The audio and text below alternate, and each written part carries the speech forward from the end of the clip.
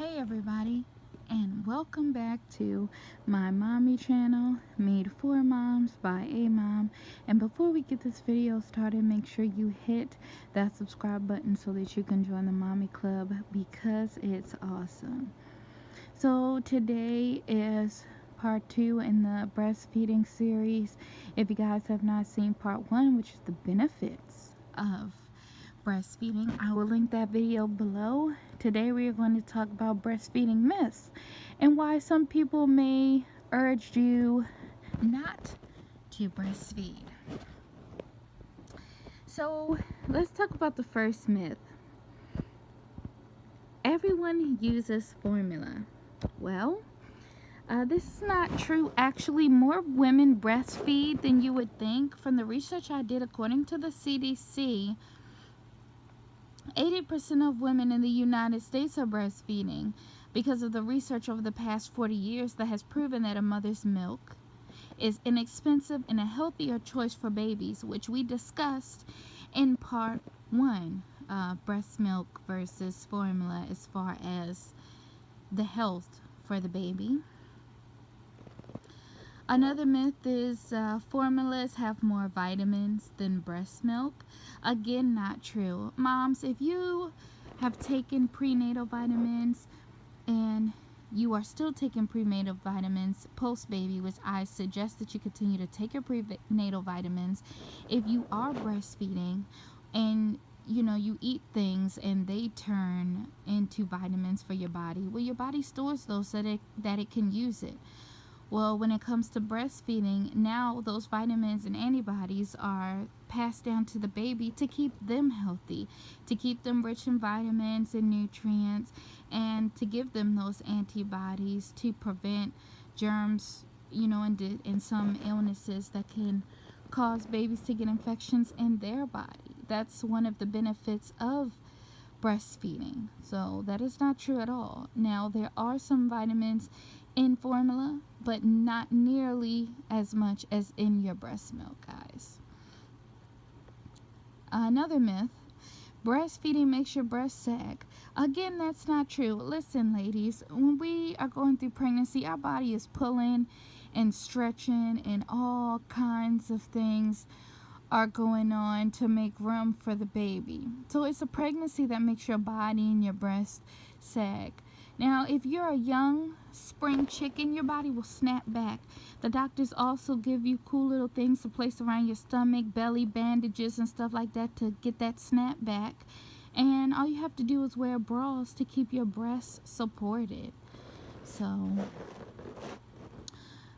another myth,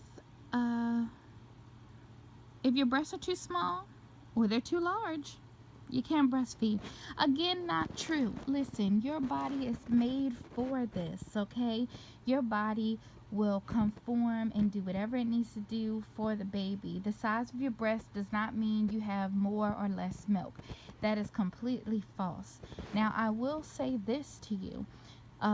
There are women who have different types of nipples. That can make it a little difficult to breastfeed.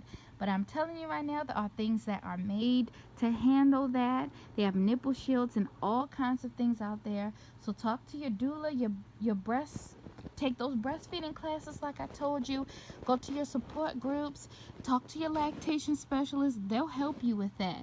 You won't have a problem with that at all. Your baby will still get everything they need to get, okay?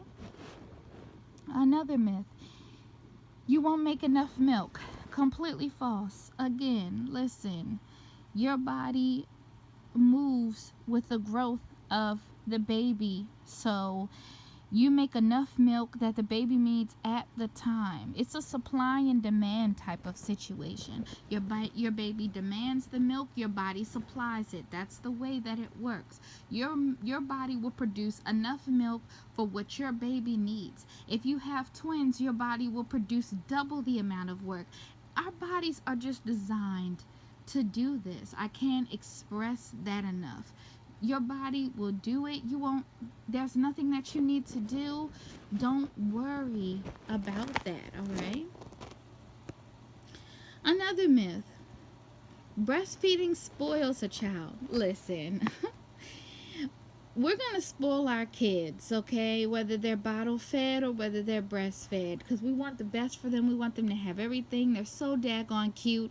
We can't say no. It has nothing to do with breastfeeding. Breastfeeding is about eating and providing nutrients for your baby. It has nothing to do with spoiling them.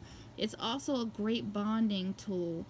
Okay, so if anything, you and your baby just you guys are tight. You guys are bonding. That doesn't have anything to do with spoiling them. Another myth: breastfeeding hurts. Okay, listen, guys. Breastfeeding is not supposed to hurt at all. It is not painful at all. Now, if your baby is not latched on properly, then that can hurt, okay? But again, speaking to a lactation consultant, your doula, anybody like that, they're going to help you to get the perfect latch. That is also something that you and your baby work through while breastfeeding. How to get that latch. You will get it. Babies naturally know how to do it anyway. They only need a little bit of support from you when it comes to this, but they grasp on like that. I don't know if you could hear me snap, but that's how quick they get this breastfeeding thing. It takes us as moms a little bit more time, but your baby already knows what to do. They've been practicing that in utero, so it's not supposed to hurt. Your breasts are not supposed to bleed. They're not supposed to scab up and be all crusty. That doesn't happen, all right? Now, your breasts will hurt when they get engorged, which is where your breasts are full of milk, and that means you need to express.